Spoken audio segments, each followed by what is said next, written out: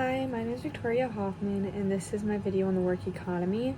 I watched American Factory on Netflix, and with the things I learned on working poor, the first one was Shauna was a glass inspector, and she was making $29 with General Motors, and now she was only making $12.84 working for Fuyo.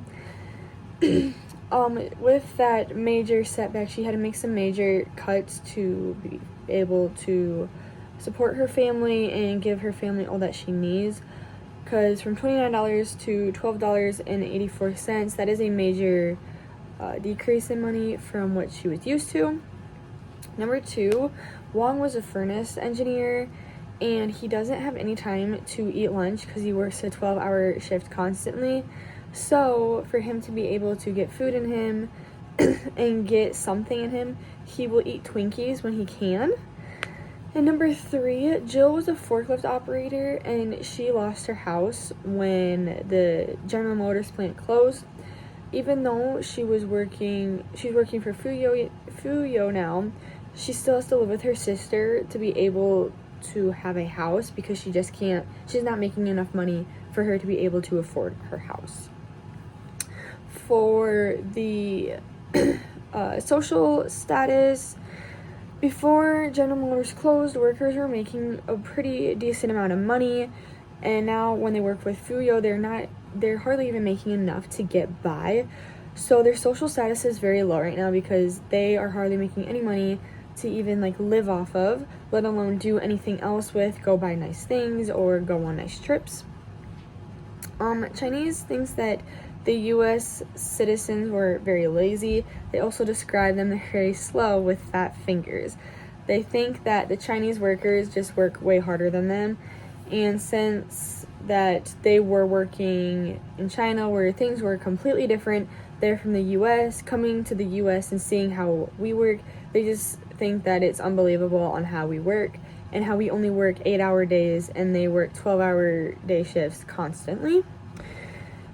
So, with the social stratification, they think the U.S. social stratification is bad from that. And the social status. The social status is closed on this because the workers aren't able to get moved up. They're either going to stay at where they are, or they're going to get fired. And if they try to move up, they're going to get fired. The Chinese do not want anything to have to do with the U.S. with them being in charge. So right now it is closed because they are just stuck in one spot and they are not able to move from that spot. If I was a sociologist, I would try to make them work better together. So that would include trying to communicate. They're trying to communicate with Chinese and US, so different languages are clashing and they can't understand what they're saying. In the documentary, they were having a hard time trying to describe what problems they were having because they weren't able to communicate very well. So I think that the Americans should learn the basic Chinese and the Chinese should learn the basic American language so that they have somewhat of an idea of what they're trying to say. I also think that they need to have some safety standards set, because if they don't, then someone could get hurt or something very bad could happen that could end up actually shutting the factory down. The Americans were very worried with the safety standards, while the Chinese were not. They were standing 6 feet away from 400-degree glass, and they thought that that was no problem. There was glass breaking everywhere. They also did not think that was a problem, so the U.S. just were very worried about that. Anything else impactful?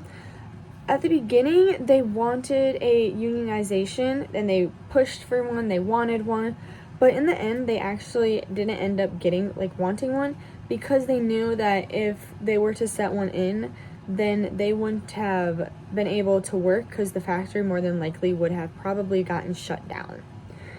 So this is my work economy video. Thank you.